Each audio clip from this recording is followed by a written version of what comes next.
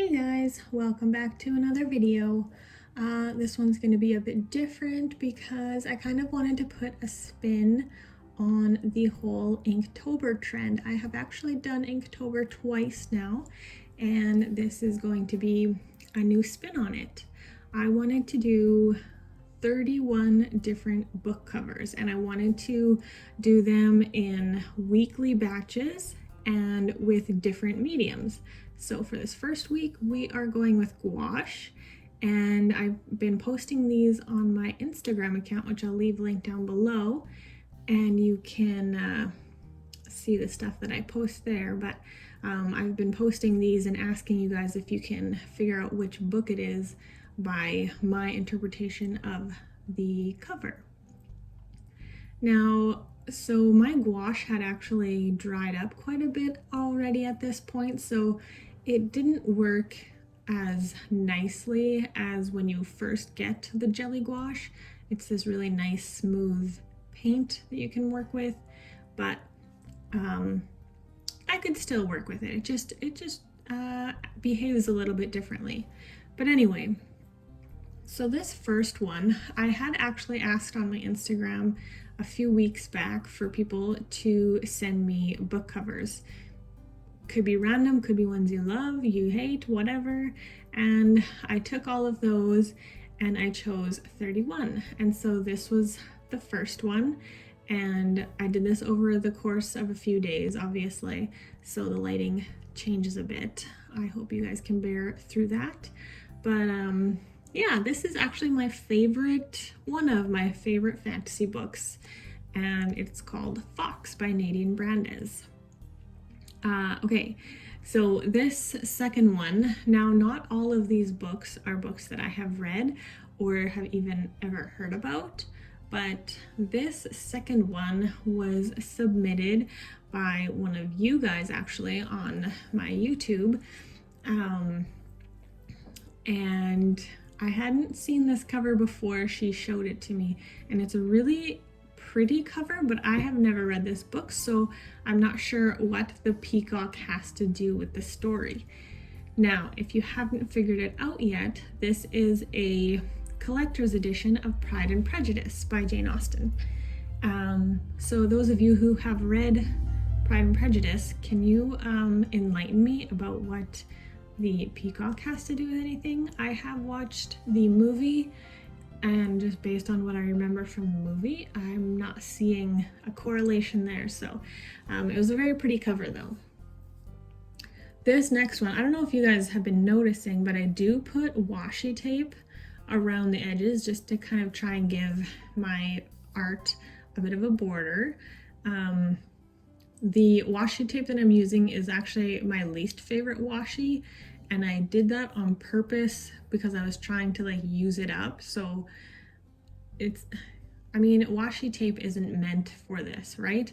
So you want to keep your good stuff for your good projects. And so I saved the ones that I like the least for projects like this. However, the projects or the washi tape that I like the least is usually the cheaper stuff.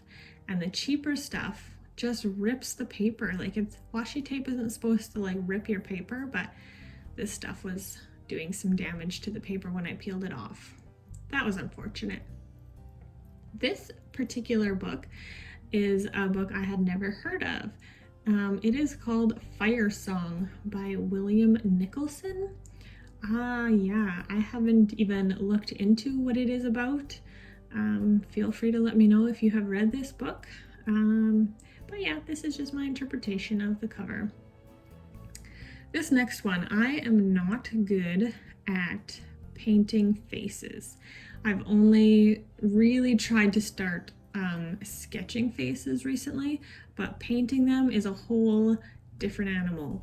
And if you've been noticing, I've been approaching each of these covers without any sketch work base. So I'm going straight in with the paint with no pre-sketches or anything.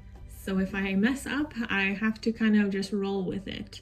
But yeah, this one has faces on the cover, and I don't know how well it came out. I like the bottom scene better than I like the way that the faces turned out. And also blonde.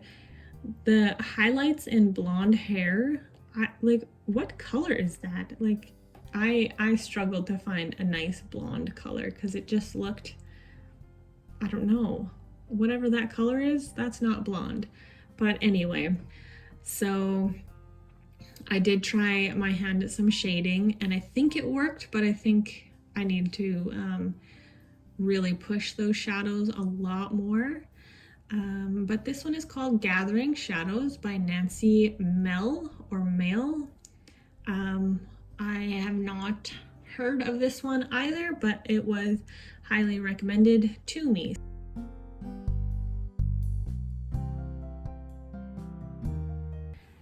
All right, I was noticing at this point that there were a lot of like blue backgrounds or dark backgrounds.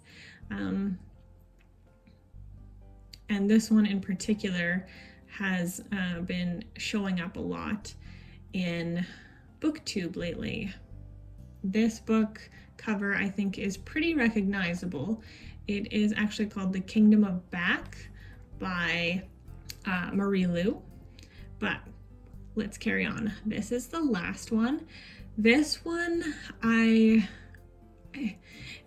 gouache I find is kind of a tricky one to work with because you can go over it, like you can put a light over a dark color, but then you have to really layer it to make sure that it's not transparent at all. So I really felt like I had to plan out in my head what I was going to paint first and then what would come after, and also the positioning. This one could have really benefited from an undersketch, but the face looks wonky. It's fine. It's fine. This book, if you haven't guessed already, is called Horrid by Katrina Leno. I know this one is getting a lot of attention right now on Booktube and on Bookstagram, and this is my interpretation of it.